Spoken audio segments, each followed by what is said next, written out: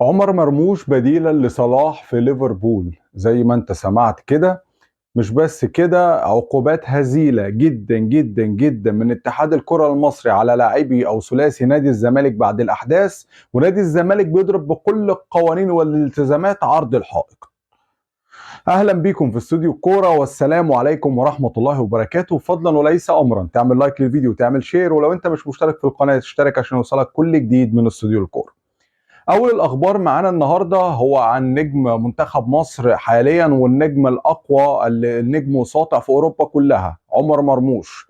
عمر مرموش بعد تألقه في الأيام الأخيرة نادي ليفربول ابتدى يتواصل معاه أكتر من مرة، ورسميا النهاردة كان في تواصل من نادي ليفربول أو الإدارة المختصة بالتعاقدات من نادي ليفربول مع الوكلاء الخاصين بعمر مرموش لتحديد قيمة الشروط الأساسية بتاعته، وقيمة الراتب الأسبوعي والحاجات اللي هي مطلوبة للاعب وهو محتاج ايه. وبداوا التفاوض على الامور ديت عشان يقدموا عرض رسمي. بعد كده نادي انترخت فرانكفورت اللي بيلعب له مرموش ومتالق معاه من اول الموسم لغايه دلوقتي، وهو هداف الدوري الالماني والاعلى مساهمه لغايه دلوقتي. طيب، الفكره في ايه دلوقتي؟ ليفربول بيأمن ليه؟ بيأمن لان بنسبه كبيره صلاح ممكن ما يكملش او ان عقده ما يتجددش. ايه الفكره باختصار؟ نادي ليفربول عايز ينزل بسقف المرتبات عنده.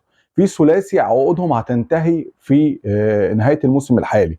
الثلاثي ده هو محمد صلاح وفان دايك وارنولد كمان الباك اليمين بتاع ليفربول، الثلاثه اللعيبه الاساسيين اللي مبني عليهم الفريق اصلا.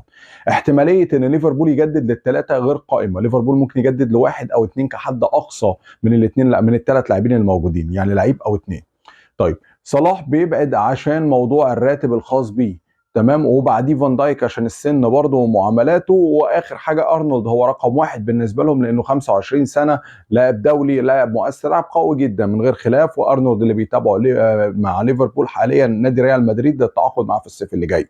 طيب، الفكره في ايه؟ ان ليفربول زي ما قلنا مش هيقدر يجدد لكل الكلام ده، وصلاح عنده عروض قويه جدا من الدوري السعودي وباريس سان جيرمان على اللاين كمان للتعاقد معاه. صلاح يقدر يدي كتير، واتمنى له يكمل مسيرته الاسطوريه مع ليفربول، ما يطلعش في اي حته تانية. صلاح من المنتاليتي دي وبيدور على ده، عايز يعمل موسم ساحق السنه دي ويجدد مع ليفربول برقم معقول يتناسب معاه ومع امكانياته وادائه، ويقول ان هو موجود فعليا وهو نجم ليفربول الاول، وما زال ده قولا واحدا موجود ومنتهي الامر فيه، مش محتاج اقواله. كل الحسابات تؤدي في ليفربول الى محمد صلاح رقم واحد من غير اي كلام. عمر مرموش احتماليه ان هو يبقى موجود في تواجد صلاح وارد، ده وقائمه، بس اختيارهم حاليا والتوجه ان غالبا الموضوع والامور متباعده ما بين صلاح وما بين ليفربول. فعشان كده بنسبه كبيره لا تقل عن 70% صلاح مش مكمل في ليفربول، بس نتمنى العكس. 30% رقم كويس وامل كبير انه ممكن هو يجدد ويكمل مع ليفربول.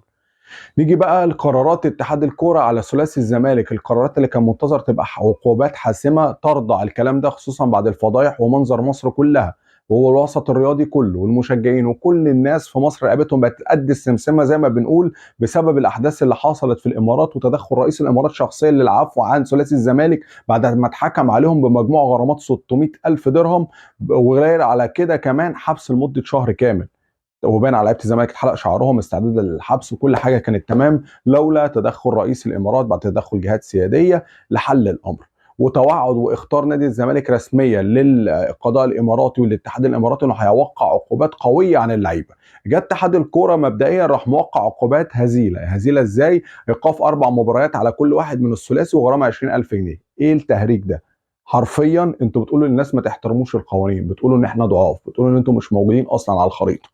طب اللي قابل ده اصلا، والتقارير الضعيفه ديت او الارقام الضعيفه والايقافات الضعيفه وكل الكلام اللي ملوش لازمه يقابله نادي الزمالك اصلا اللي وعد ان هو هيوقع غرامات قويه. وكان في انباء عن اقاله عبد الواحد السيد وكلام كتير قوي، بيصرح رسميا ان عبد الواحد السيد مش هيمشي من الجهاز الفني ومكمل، وان هو هيطعن على عقوبات كمان اتحاد الكوره بالايقاف عشان مش عاجباه. وكمان فتوح هيلعب اساسي النهارده في مباراه البنك الاهلي، ولا الراجل كان عنده ازمه تعاطي مخدرات، ولا الراجل موت واحد، ولا اي عقوبات ولا اي حاجه. مدرسه المبادئ حرفيا مش موجود فيها مبادئ. قولا واحدا نادي الزمالك حرفيا بيدي مثل قوي ان هو على عكس اللي هو بيتكلم فيه. نادي الزمالك مش نادي المبادئ، مش على عكس ما بيتقال ان نادي المبادئ والكرامه.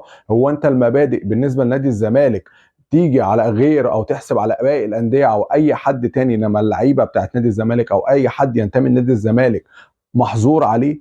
ممنوع ان هو يتحاسب، يغلط زي ما هو عايز. انت خدت عقوبات من الاتحاد الافريقي محترمه بسبب احداث برضه تمت وتجاوزات بدون اي مبادئ بدون اي سلوكيات محترمه من اللعيبه ومن قائد الفريق شخصيا شيكابالا، اللي هو على المستوى المهاري والشخص شخص جميل مفيش كلام، بس على المستوى السلوكي هو صعب وعصبي جدا وبيغلط كتير جدا رغم ان هو قائد الفريق.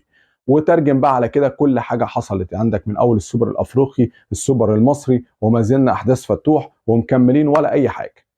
طيب النادي الاهلي برضو استعدادا لمباراه سيراميكا كليوباترا كلاكيت تاني مره في اقل من 10 ايام بعد ماتش السوبر كان قوي قوي وسيراميكا كان جامد صراحه وكان اداؤه جميل.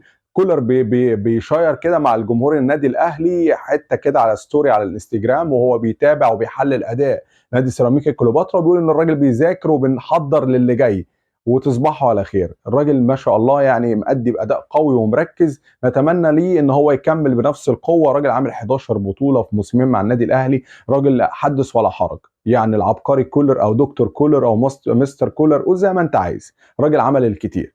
في نفس الوقت النادي الزمالك النهارده بيلعب مع البنك الاهلي مباراته حاليا، ونتمنى التوفيق لنادي الزمالك ككل، ونتمنى من اداره نادي الزمالك تطبق اسم وشعار نادي الزمالك اللي هو نادي المبادئ والكرامه والوطنيه وحاجات كتيره قوي. ظاهر السلوجان الجديد اللي هو اكبر قلعه رياضيه في مصر لغى السلوجان بتاع المبادئ تماما وخلصت الليله على كده. في نهايه الحلقه اتمنى يكون عجبكم الفيديو، ما تنساش تعمل لايك وشير للفيديو، لو مش مشترك في القناه اشترك عشان يوصلك كل جديد من استوديو الكوره. كنتم مع استوديو الكوره ويومكم زي الفل، والسلام عليكم ورحمه الله وبركاته.